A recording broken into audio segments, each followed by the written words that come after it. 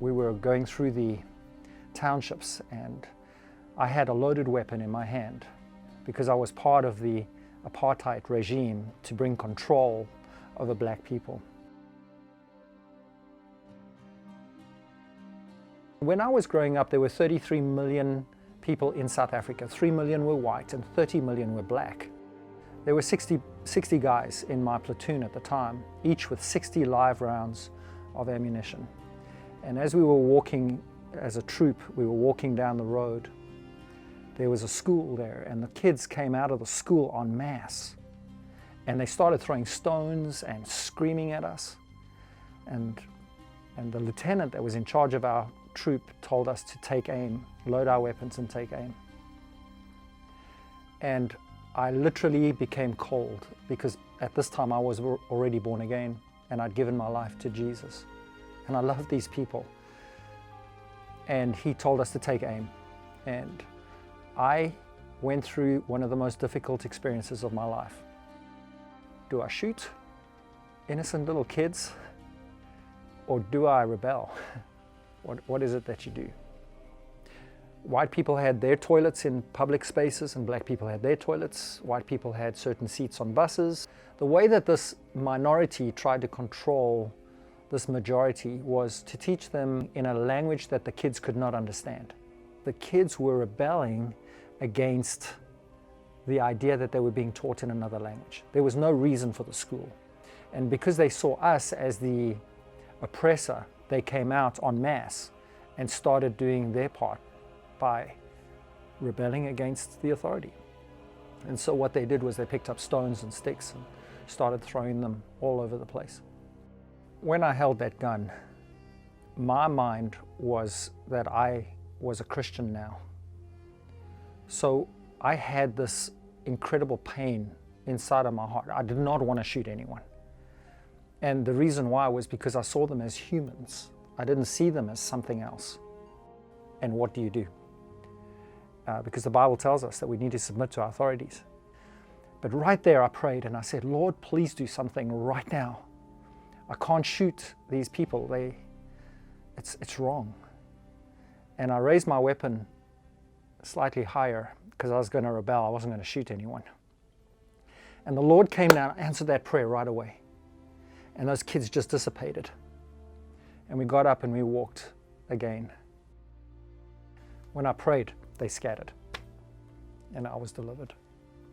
There's another time when I went into the township. This was after I'd finished being in the army. I went into a township to go and minister at a school. And I went into that school and a white teacher had just been necklaced 2 weeks prior. They put a tire around their neck, just a car tire, filled it with gasoline and set it on fire. They called it necklacing. It was pretty gruesome, and I saw a lot of that when I was in the army. I did an evangelistic crusade at that particular school, and the school auditorium was completely filled to capacity. There was a riot going on outside the school grounds. There was probably 500 or 600 people all dancing with sticks. They call them knobkerries, with a big head on the top which you bash your brains in with, and picking up stones, and they were all dancing. And they started chanting, "We want the white man, we want the white man," because I happen to be white. And the guy that was helping me set up the crusade, he said, "You better get inside. We're actually very concerned that you're going to get killed today." And so I said, "No, I feel at peace. I feel like the Lord called me here to do this work, and so I'm going to do that." And a little girl, 12 years old, came up to me, grabbed my Bible and said, "Can I borrow your Bible?" And I said, "Yes, of course." Little black girl. She ran up to the fence, and right at the fence, she held up the Bible, and she screamed at the top of her voice, "You want the white man? Here is the white man."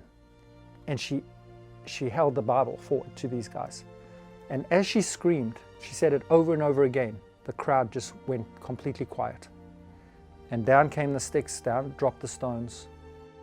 They recognized that there was something bigger than race at play here, that there was something more than just the color of the skin, that it was God, I think. And the guy said to me, "Get in your car now and go, now's the time." I got in my car very peacefully, and as I drove out, the people made a path, and I just drove straight through the crowd that wanted to kill me. A little girl gave me my Bible as I passed her, and I left the township. It was a very powerful and vivid experience of the love of God shed abroad in the hearts of people who want love to be the preeminent emotion inside of a society.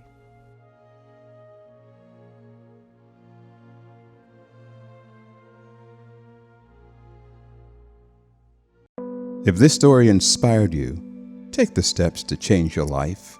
The first step is always to say, Jesus, help me. Come On, Let's Go distributes hundreds of similar stories of lives changed by Jesus Christ. If you want to be part of this vision, go.